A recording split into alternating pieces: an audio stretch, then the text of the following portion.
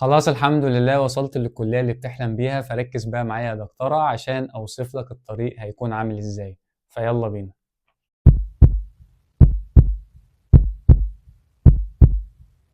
السلام عليكم، يا رب تكونوا بخير. النهاردة هنتكلم إن شاء الله عن كلية الطب وأي حاجة متعلقة بها إن شاء الله. فأول حاجة هنتكلم عنها وهي نظام الدراسة.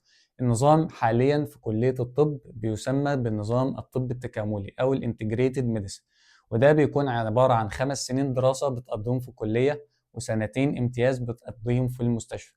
لأن كان قبل كده، قبل 2018 كان نظام قديم، ده كان عبارة عن 6 سنين بتقضيهم في الكلية وسنة امتياز. ما علينا، حاليا النظام حاليا في كلية الطب عبارة عن 5 سنين في الكلية وسنتين امتياز بتقضيهم في المستشفى. بنقسم ال5 سنين دول إلى مرحلتين. المرحلة الأولى وهي المرحلة الأكاديمية أو مرحلة الدراسة النظرية. في المرحلة دي بندرس الجسم البشري من حيث الدراسة النظرية فقط، بندرسه في 8 مواد. والمرحلة ديتي بتكون أول سنتين ونص في معظم الكليات. 8 مواد بتوعنا بتكون علم التشريح وهو الأناتومي، علم الأنسجة والخلايا وعلم الهيستولوجي، علم وظائف الخلايا أو الأعضاء وهو الفسيولوجي، علم الكيمياء الحيوية وهي البايوكيمستري، وعلم الأمراض والباثولوجي، وعلم الأدوية وهي الفارماكولوجي، علم الكائنات الدقيقة وهي الميكروبيولوجي، وعلم الباراسيتولوجي وهو علم الطفيليات. حاسك تعبت. ركز معايا بقى عشان ال8 مواد دول بندمجهم عشان ندرس جهاز معين في الجسم، وده بنسميه مديول. هتقول لي مش فاهم، فتعال افهمك.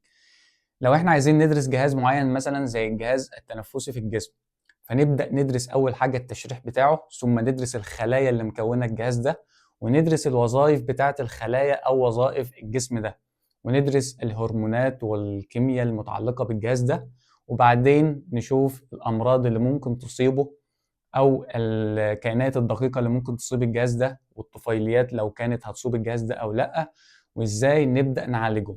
وكده احنا يعتبر درسنا ال8 مواد في جهاز معين، وده بنسميه مديول. يعني مثلا احنا كنا بندرس الجهاز التنفسي الريسبيراتوري سيستم، فبنسميه الريسبيراتوري مديول. بالمناسبة في فيديوهات جاية هعرفك ايه هي المواد دي وازاي تذاكرها وايه هي افضل الدكاترة اللي بتشرحها على اليوتيوب. فاعمل اشتراك وفعل الجرس عشان يوصلك كل جديد. نيجي بقى لنظام الامتحانات. انت تقريبا بتدرس حوالي 3 او 4 مديولات في الترم. كل مديول بيكون لمدة معينة محددة من الكلية. يعني ممكن تلاقي مديول يقعد معاك 4 أسابيع، ممكن مديول يقعد معاك أسبوعين، ممكن مديول يقعد معاك 6 أسابيع. نيجي بعد ما بتخلص المديول، مثلا بتقعد في المديول أسبوعين تخلصه، تمتحن عليه امتحانين وامتحان في آخر الترم. الامتحانين اللي بتمتحنهم بعد المديول على طول ممكن يختلف اسمهم من جامعة لجامعة، ولكن ممكن يكون اسمهم اند، وده بيكون امتحان MCQ أو اختياري بس. وامتحان العملي، وامتحان العملي بيكون عبارة عن صور أو ممكن يكون صورة كيس حالة كده وبيكون عليها أسئلة وأنت بتحلهم. ما علينا إنك بتمتحن امتحانين بعد ما بتخلص المديول على طول، وبعد كده بتمتحن امتحان فاينل في الآخر الترم خالص، ده بيكون عبارة عن اختياري أو MCQ، وامتحان ريتن أو اللي هو كتابة. كده ببساطة نظام الدراسة في أول سنتين ونص معانا وهي المرحلة الأكاديمية. نيجي لتاني مرحلة معانا وهي مرحلة الكلينيكال أو المرحلة العملية، ودي تاني سنتين ونص.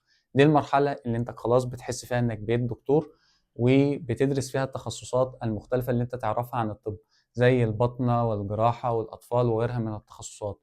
كل تخصص بيكون ليه عدد أسابيع معينة، وبعدها بتمتحن 3 امتحانات.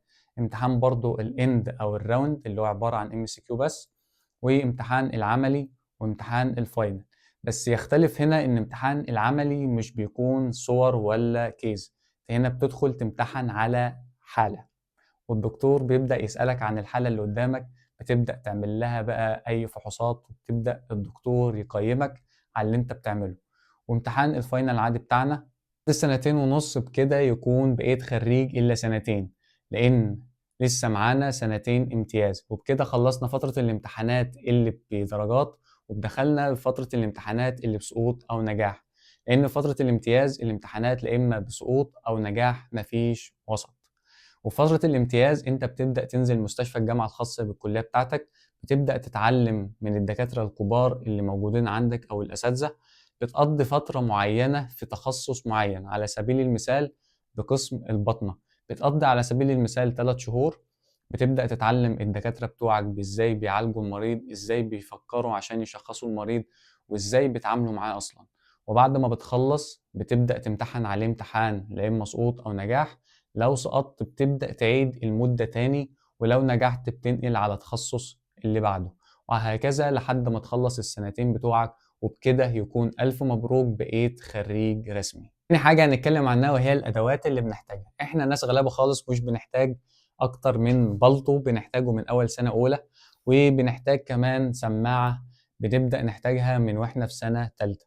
والأدوات التانية اللي ممكن نحتاجها بتبقى على حسب الطلب خالص، وبتبقى أدوات بسيطة بتجيبها لما تبقى تطلب منك.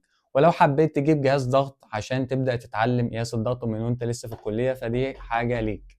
تالت حاجة هنتكلم عنها وهي ما بعد التخرج، وهنا هتكلم بشيء من الإجمال بدون الدخول في التفاصيل. يكون في فيديو مفصل عن ما بعد التخرج بعدين إن شاء الله.